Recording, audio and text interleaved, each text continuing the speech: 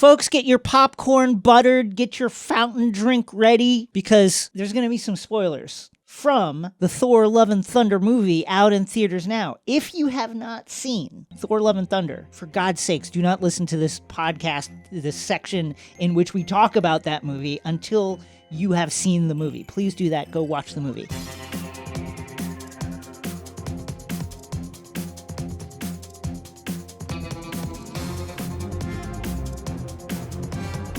Folks, we're stepping off the goat boat into the shadow realm to break down Thor Love and Thunder, which is in theaters now. Directed, of course, by Taika Waititi, written by Taika Waititi and Jennifer Robinson, produced by Kevin Feige and Brad Winderbaum, and starring all of our favorite people once again. Some thoughts. Rosie, your thoughts?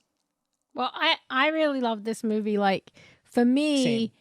I had such a great time. It worked for me on a lot of levels. Like, I really love stories about kids and stuff like that. I think that's my 80s baby in me. Like, so I thought Kieran Dyer as Axel was so great. And I loved that kind of nod of like Axel being the chosen name and Heimdall had named him Astrid and stuff. There was so much fun stuff. I loved how creepy Christian Bale was.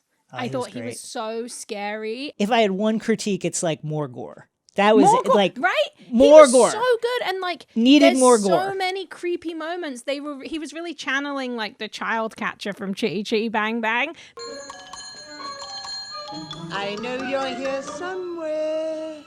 This movie, I really love. Like it balances. It does one of my favorite things. It's kind of in a way, it's kind of like a Shazam in the MCU, but like. The Shazam movie had this really creepy, scary horror elements, but then this really fun family aspect. And I feel like if I was a kid, I mean, I loved horror stuff when I was a kid, but if you're a kid and you're a bit spooked by the scary stuff, you will get the biggest payoff of your life when you get to that battle sequence. Like that, to me, that balance between the family fun, there's also like, I found the overall arc of Thor's story like very moving. And I thought that they did a really good job in terms of the stinger of kind of, and we'll talk about that more in a minute, but like they do a good job. I didn't feel like anything was done to get an emotional reaction for no reason. I felt like it was very well thought out and fun and wacky and wild, and like there's so much Guns N' Roses in this movie, but it just works so well.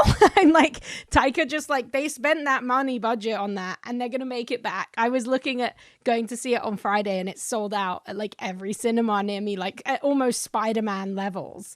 And so I'm really excited for people to see it. Same. It's my favorite movie of this phase. Mm-hmm. It is, I mean, listen, you know, I've talked about it a million times. I'm a lifelong comics fan. I love MCU movies. I love the bad ones.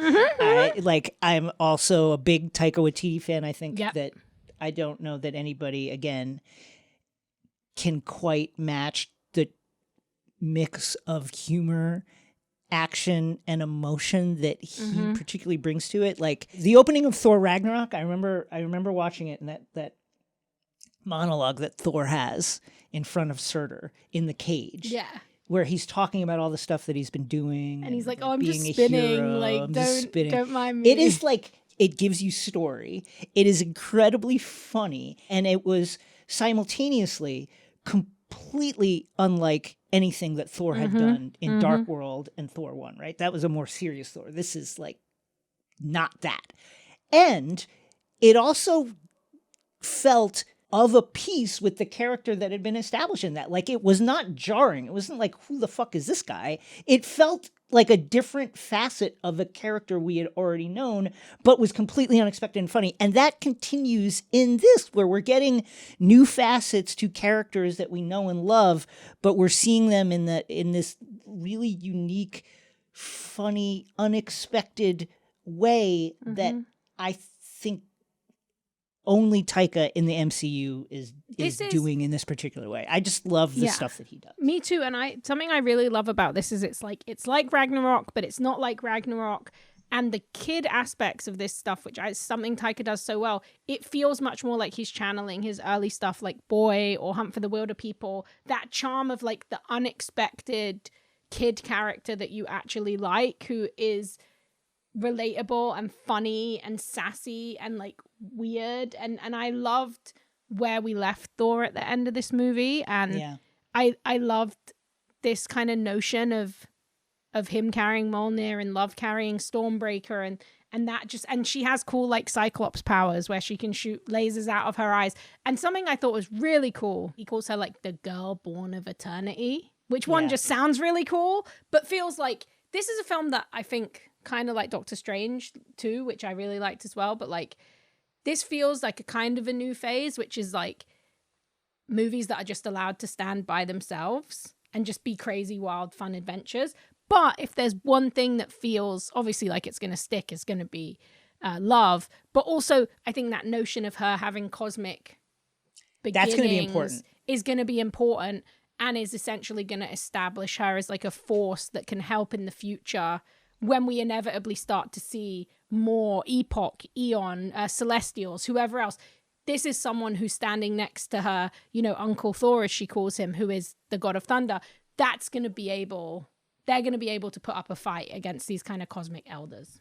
Take a moment, Rosie, to tell us about Eternity and some of those cosmic elder characters that we see in the Temple of Eternity as, you know, the heads. We see them in the trailer, including a Watcher, perhaps Uatu, other figures there. Tell us about what the role that these super, super weird super cosmic gods play in the MCU. Okay, so Eternity is like incredibly cool and was actually brought to life in the movie. If you've watched this now, which I hope you have if you're listening to this, or if you haven't, you can go and Google the comic because they brought it to life basically identically. Yeah, it's identical. Is brought to life as kind of this like walking being made of space and time. It's really impeccable to see. And this is a 60s character, no surprise, because it's absolutely out there. Created by Stan Lee and Steve Ditko, two icons. First appeared in Strange Tales 138, which was in 65, I believe. And so it depends which canon, but basically Eternity is sort of like the beginning of all things, Eternity and Infinity. And in the Marvel universe, different universes are created out of them and from them. My understanding is Eternity currently is basically the living representation of the 616, which I think is just everything. So interesting. It's like the entire 616, right? Yeah, yes. And then we actually, so Eternity has had many children in the comics, because like you said something earlier, which I just love, Jason, where you were basically like, the reason comics are good is somebody sees something weird and says, oh, what can I do that? How can I blow it up? Yes. This is a great example of that. So Eternity's had a bunch of kids. Most famously is Eon, who we thought might have been one of the statues. We're still not sure if it's Eon or Eon's daughter, so Eternity's granddaughter, Epoch. And these are all essentially these like abstract entities that represent huge beginnings and or ends in the Marvel universe. Eon and Epoch, if you're like, oh, that sounds like something you guys have talked about before, that's because they are the creators of the Negabands, which we hypothesized is something being adapted in Miss Marvel with the bangles. I still believe that is the case. We saw the bangle on a Kree arm. So Eternity like only usually turns up when there's like a terrible Thanos level threat, which is why he would have been able to be there for Gore. And I just thought this was like so cool. The wish thing I think they created for this movie, which also feels very relevant with the Miss Marvel reveals recently. But I just thought, I couldn't believe how well done this was. And I think that the notion, something that Zeus says in The Stinger, which is very funny because it's like, it essentially sets up this notion of the old gods versus the new gods, Jack Kirby. But also it sets up this idea that like something that, you know, many comic book fans and academics and storytellers have put forward this notion, Grant Morrison being one of them, and it's been taken in kind of this ongoing conversation. Are the superheroes the modern pantheon of gods? Is that what they are? Because we've created these stories and we've put them on this place and now we worship them, you know, on the TV and all these things. This is making that text in the MCU where we're going to see Zeus wants his attention back. So we're going to have the pantheon, potentially some of those gods from the Ennead that we saw in, you know, Moon Knight. We're going to see a version where the more traditional mythological gods are pitting themselves against what they see as new gods, these people in the sky, superheroes. I think it'll be very interesting to see how eternity and the actual most ancient creatures deal with that. And also something else I thought was really interesting, to throw it back to my absolute favorite Eternals. Thank you to everyone who always is like commenting like, don't stop talking about Eternals. Like, I do it for you guys. But like the one statue that we didn't see in the trailer that was there was a Celestial. So I think that implies with that notion that like the Celestials are that ancient as they are in the comics. And I think we're just entering into a really interesting world of like gods, but also it's much more like meta-textual than I realized, because I think we are going to be looking at that more boys style conversation of like, are these the modern gods? Are these Although the I will say we do worship? see a pair of Celestials as our friends speed the goat boat out of Omnipotent City. That. We see a couple of Celestials who are too big to fit inside the Hall of Gods, just kind of like, what just happened? So that, I wonder if that hints that when we think about that old gods, it's not just Zeus and Dionysus and all the ones that we know. Right. I mean, maybe that basically in the Marvel universe, yeah, it's also the Celestials, it's Eternity. You know, Eternity's chilling. They seem pretty chill. And also, I feel like in the grand scheme of things, Eternity probably pretty happy that that was the wish. Like birthing a child that's going to maybe do good.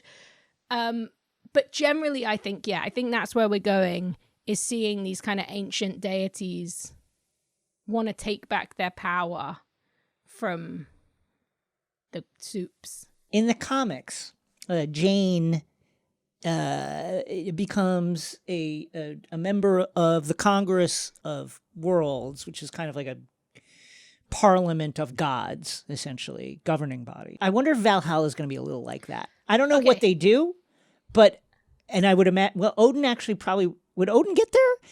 I don't know. He just was chilling. I don't think so. I don't think, right? He just kind of dropped dead. Okay, so we're gonna double dip theories here. Did you just double dip that chip? Excuse me? You double dipped the chip. Let's double dip it, because right? I do think I don't think we've that. seen the last of Jane, No, and I certainly don't think we've seen the last of Heimdall. But I think another version that is equally as likely. In the comics, Jane goes to Valhalla because they think that she died. They allow her to go like they did here. But Jane goes back to Earth. And then after that, she ends up becoming a Valkyrie. And I think there's actually a Jane Foster Valkyrie comic. And I think that is very likely as well.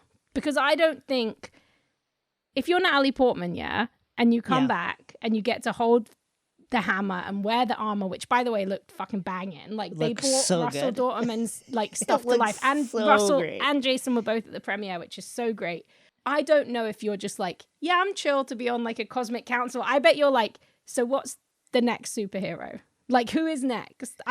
So I think we could see a Valkyrie where we have Jane Foster as Valkyrie, or some kind of superheroic iteration that is more connected to like Valhalla. And I also think as well, like, I just think that this isn't going to be the end of I don't think so either. Jane and Thor's relationship. Here's my prediction. This is based on absolutely zero. This won't happen, but this is me just fanficking in real time. Odin doesn't get to Valhalla. It's like a, it was he dropped dead. It was a close call, but they went to VAR and did and looked at it on video replay and decided he didn't actually die in battle, so he's got to go to straight hell. Thor and Hercules, of course, have their square off at the beginning of Thor 5, but then they decide to team up. With King Valkyrie's help, they managed to contact Jane and Heimdall in Valhalla, and then it's a mission in the afterlife to charge into hell and rescue Odin. Oh, I love that. Hell. Okay, I'm going to take all of that. I think I love all of that, but instead I'm going to flip it at the end. And what they have to actually stop Odin because he's so pissed about not being in Valhalla that he's teamed up with like Zeus. He's a real petty guy, man. I could see Odin and Zeus having a very, very complicated relationship. Yeah, I love that. And I think that you're onto something, because I mean, with Ragnarok, Taika basically just established this anyway, but this very much once again establishes Thor as like the place for cosmic stuff, the place for Yeah. weird stuff, they would do a whole movie in hell. Serta, the beginning, is essentially already leaning into that kind of aesthetic and narrative. And like, I think when they announced that Sif was going to be in this movie, and, you know, when Tessa did her speech at San Diego Comic-Con and said, you know, King Valkyrie's going to find a queen, I think a lot of people were hoping that would be like a love connection. I really hope that whatever the next Thor movie is, or maybe wherever we see King Valkyrie before again, I would like to see, you know, they did a really good job talking about queerness in this movie and establishing like the queerness of the Cronins and stuff. But I would love to actually get to see that explored a little bit more for Valkyrie, like that love, romance, finding that again, just like Thor after she lost the person that she loved in battle. You know, I would love to see her get a chance to like find someone to connect with and like go around doing like cool battles with. Necrosword, where do we see it again? Because this is Let's talk about this. this, Is not the last we've seen. The Necrosword appears to be destroyed, although pieces of it. Yeah. It seems like pieces of it actually went into Mjolnir, which I found very interesting. Okay, so let's talk about this, because I think this is going to be a big talking point, right?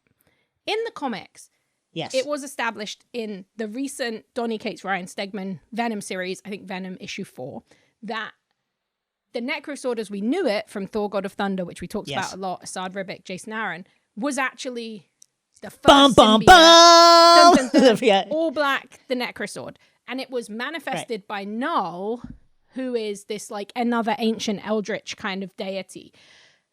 Now, I would say, I think it's pretty fair to say that in this movie, they very much want to say that the Necrosword is like not a living, because in the comics, the Necrosword is literally a symbiote, and people who have the symbiote can manifest a separate symbiote that is the Necrosword. I think they very clearly want you to be like, this is a shadow thing. Like, this isn't a symbiote. This isn't connected to Venom, blah, blah, blah. But that said, this is very much like that early version that we saw in God of Thunder, which this whole movie is basically taken from. So I think there's definitely a way in the future that this was just like an early version, or that's how it manifested for Gore, who had this connection to the Shadow Realm once he got corrupted, which, by the way, hilariously deep cut. The Shadow Realm is like barely even in any Marvel comics. That was like the best Taika deep cut. But I think it could not necessarily be retconned, because I think this was probably always the purpose, but I think that in the future we should still see it take on those symbiotic tendencies, because I do think a lot of people, a lot of fans, they assume that once they announced this so close after the reveal in Venom, that this was going to be symbiotes. They've kept it open so you could in the future say, oh, it kind of was, but it's definitely, there's nothing textual here to say this is a symbiote or this is, and also the Necrosword is more of a standard weapon that can wield shadows rather than being something that obviously replicates Venom. I will say it does, you know, kind of like the Darkhold, it does imprint itself and very much like the Darkhold, it corrupts. Very much like the Darkhold, it corrupts the wielder. And, you know, to get it kind of into the weeds about like IP strategy, it may not be the symbiote, that might not be the plan, but it gives them the option to do a non-Sony symbiote if they so wish to do that. We know that there is a version, or there is a tiny droplet of the Venom symbiote in a stinger with another Ted Lasso member, by the way. Marvel was like, we're going to outdo that. Ted Lasso making it into the MC. They were like, it's Danny. I mean, he has to come back. There's no way that was just a cameo. But that Venom symbiote lives in the MCU, in our version of it, in our world. Now we have this Necrosword that is already manifesting symbiote-style shadows and monsters and beings. It does not seem very hard to imagine that those two things could come together and create a non-Tom Hardy's chaotic energy Venom. Now let me ask you this: we have in your favorite MCU movie of all time, The Eternals, in the stinger of that film, we saw Dane Whitman, the comics Black Knight, come into possession finally of the Ebony Blade, which, when they showed it, rippled in a way looked like a symbiote. It was very symbiote-like. Now we've got these two black swords in the MCU proper. Obviously, the Black Blade is, Arthurian legend, magical, Does etc. corrupt I people, don't think though. it does corrupt people also. So I wonder how if there is either a connection or if there's going to be very definite ways that they define these two swords differently from each other. So I realized / relearned / kind of cemented something today when I was writing about this in a piece that you will inevitably be able to read when this comes out about the Necro Sword, right? So very interestingly, in Thor Ragnarok, Hela's blades are called Necro Swords. And that is confirmed in What If, that the helmet, the reason it can shapeshift and control the swords is because it is a Necro Sword, right? So obviously it's not the version we've seen in the comics, and it doesn't seem to be connected to this. But I think the notion is going to be like in the comics, there are many Necro Swords, and I think that I think the Ebony Blade is going to be the first Necro Sword. Maybe that's the one that was created by Null. I think that and there's already multiple things called Necro Swords in the MCU now, both introduced by Taika and then confirmed by What If. So I think that Ebony Blade ripple, that can't be a coincidence. Just like, no way. I agree. Finally, the question that everybody wants to know, where do we rank this movie in the MCU Pantheon? I will go first. I don't have a number ranking. I want to see it again before I give it like a top 5, top 8, top 10 ranking. That said, I don't think it's better than Ragnarok, but I have it right there in whatever tier, which is the top tier of MCU movies, which for me is like Ragnarok, Winter Soldier, Infinity War, Endgame, etc. Like, I have it there just because I think it's so fun and original and really great. Yeah. Like, I have it right there. Not better than Ragnarok, but in the tier, whatever tier you want to put Ragnarok in, it's right there with it. Where do you? Yeah, where mine's do you have exactly the same. Like my that top tier for me is like a little bit different. You know, obviously the Eternals does sneak in there, but like, Ragnarok is up there for me. Like, I absolutely love Doctor Strange in the Multiverse of Madness. I'm definitely being like catered to in this weird kind of like strange adventure phase. But also like, this is whatever that top tier is. This, I agree. Ragnarok had that like you couldn't see it coming and you could never know what it was, and that made it like so impactful. But definitely like Ragnarok, Black Panther, that top tier. But the first 20 minutes of Shang-Chi, that's just like only Black the Panther opening. also That's up there like, for me. but yeah, like this is definitely in that top tier for me, and I'm really excited for people to see it. I think this is when I saw Spider-Man No Way Home. When I came out of the theater, I saw it obviously at screening, and that's how we talked about it. But like, I went to see it again, and there were so many kids. Every little kid, every gender, every kind of kid in every kind of costume, in every kind of Spider-Man t-shirt, from like 4 to 21, like everyone that you could ever define as like a young person, and that was so cool. And I feel like that audience is gonna really love this movie, and I'm really excited about that because like, we are the generation that were lucky enough to basically like come up and be there when the MCU first happened in a way that was noticeable to us, because we'd lived through like the 90s where there was like no superhero movies, and then we'd had these incredible non-Marvel Studios movies, but like we got to feel that impact. But there are kids who like that's all they've ever known as like blockbusters, and I kind of love the notion that this might be their favorite.